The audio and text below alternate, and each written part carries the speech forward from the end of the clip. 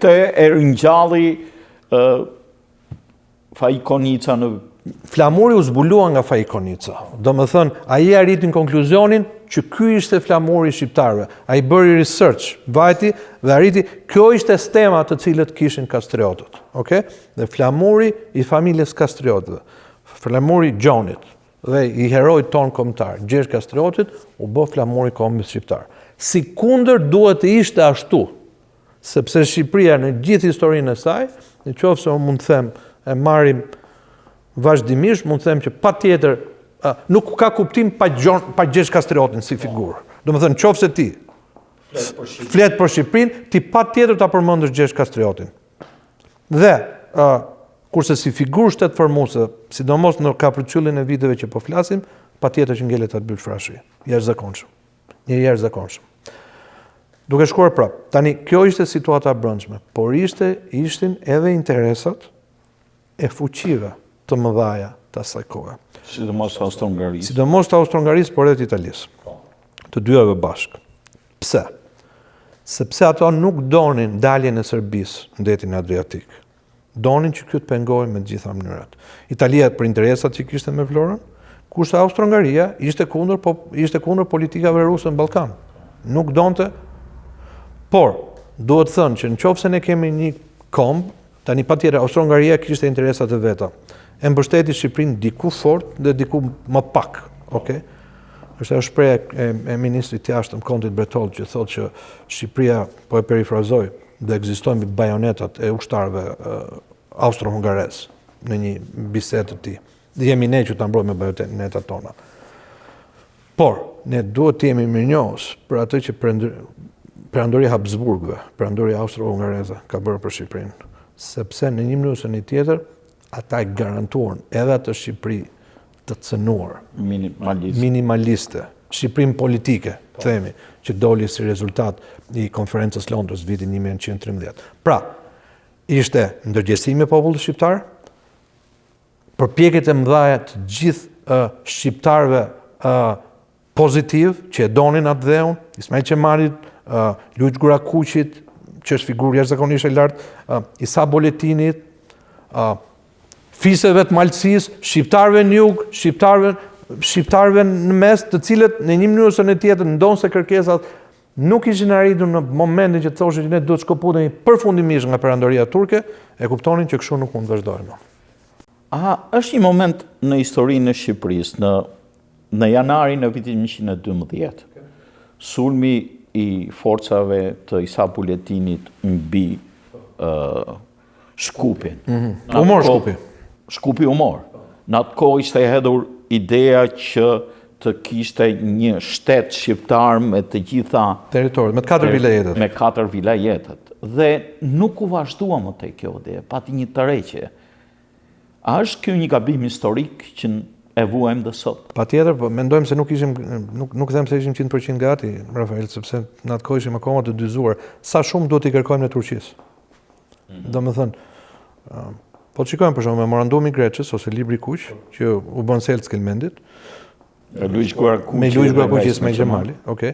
Ai, domethënë ishte i hap shumë i madh përpara, por nuk kërkonte det për drejt shpalljen e pavarësisë. Ishte që ushtarët shqiptarë ta bëjnë shërbimin këtu, dhe tani, nëse Luiç Gurakuqi dhe Ismail Qemali e shkruajtën këtë memorandum, të mbrojtur nga malësorët, duhet të njihet merit shumë e madhe.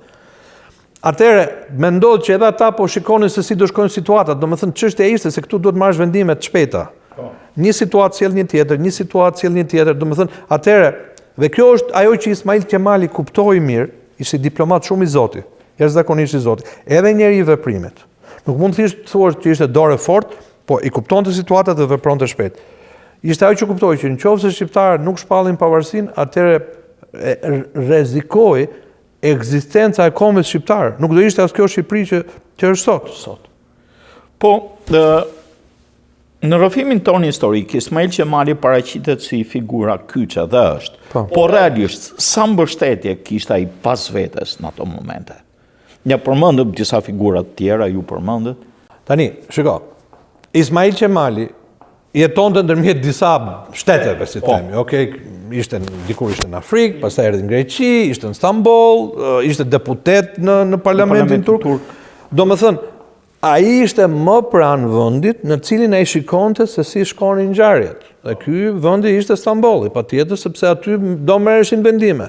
Në qoftë se fuqitë e mëdha do sulmonin dhe në qoftë se Serbia do lëshoj prej Rusisë për të sulmuar, atëherë Turqia ishte ajo që në farë mënyrë do kishte të bënte me situatën, sepse ishte në farë mënyrë territori i saj. Po. Pavarësisht se banohej nga shqiptar.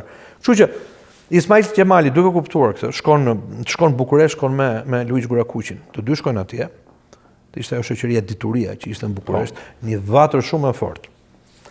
Le ta përmendim edhe këtë, Rafael. Merita ndofta shumë e madhe ose më e madhe nga të gjitha këto i duhet dhënë diasporës shqiptare. Diasporës shqiptare, e cila ndodhe në pjesë të ndryshme të globit.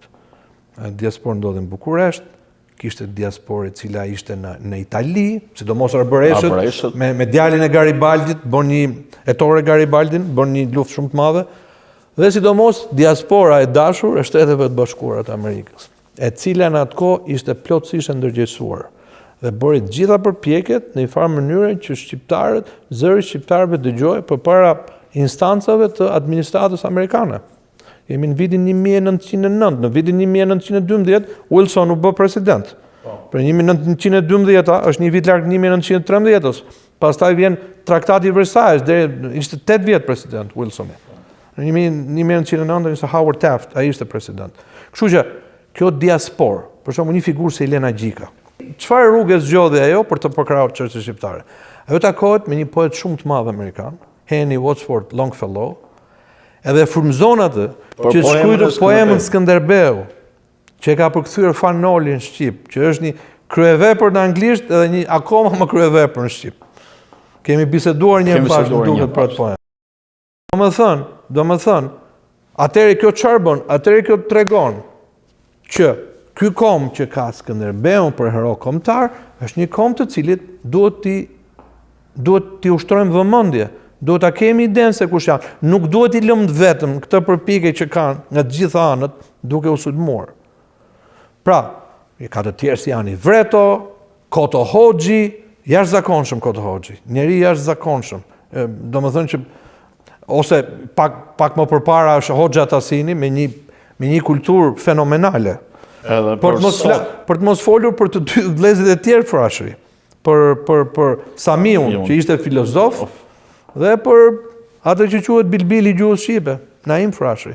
Kështu që të gjitha njerëz revokuan dhe Lirinia Kombëtare Shqiptare në një mënyrë ose në tjetër revokoi figurën e Skënderbeut si figurë e cilës shqiptarët, pavarësisht se kush ishin, çfarë feje ose i përkisnin, ata gjithmonë do shikonin tek ai, identifikoheshin tek ai. Dhe ajo periudhë ndërgjegjësimi që zgjati që nga vitet 1870 duke vazhduar progresivisht në mënyrë të rritur deri në shpalljen e pavarësisë, kishte efekt të jashtëzakonshëm në ndërgjegjësim kombëtar. Disa historinë e pavarësisë shqiptare quhen një mrekulli diplomatike. A pajtojnë me këtë? Jo, 100%. Patjetër që dhe çfarë elementesh e përbëjnë këtë që sipas jush? E tham që mbështetja e Austro-Hungarisë ishte mbështetje esenciale, po një mbështetje e tillë është mbështetja italiane që zakonisht vjet më pak në dukje. Tani Austro-Hungaria me Italinë ishin rival, se kush do kontrollonte Adriatikun. Po. Duke filluar që Triestia në atë kohë ka pasur në mbretërinë austro-hungareze, ka pasur pjesë, ka pasur plazhi Gradus, po. Ose këto teritoret slovene që Veneto Giulia, domethënë Venecia e sotshme. Por Italia po fuqizohej sepse edhe Italia kishte revolucionin e vet bashkimit me Giuseppe Garibaldin. So, Gjermania nga ana tjetër u formua shteti gjerman në Otto Bismarckun. So, edhe këto janë zhvillime paksa të vona krahasuar me të tjerët, krahasuar me, le të themi, me Anglinë ose me Francën, që kishin sovran, edhe në një farë mënyrë edhe ai mund të konsiderohej si figurë bashkuese.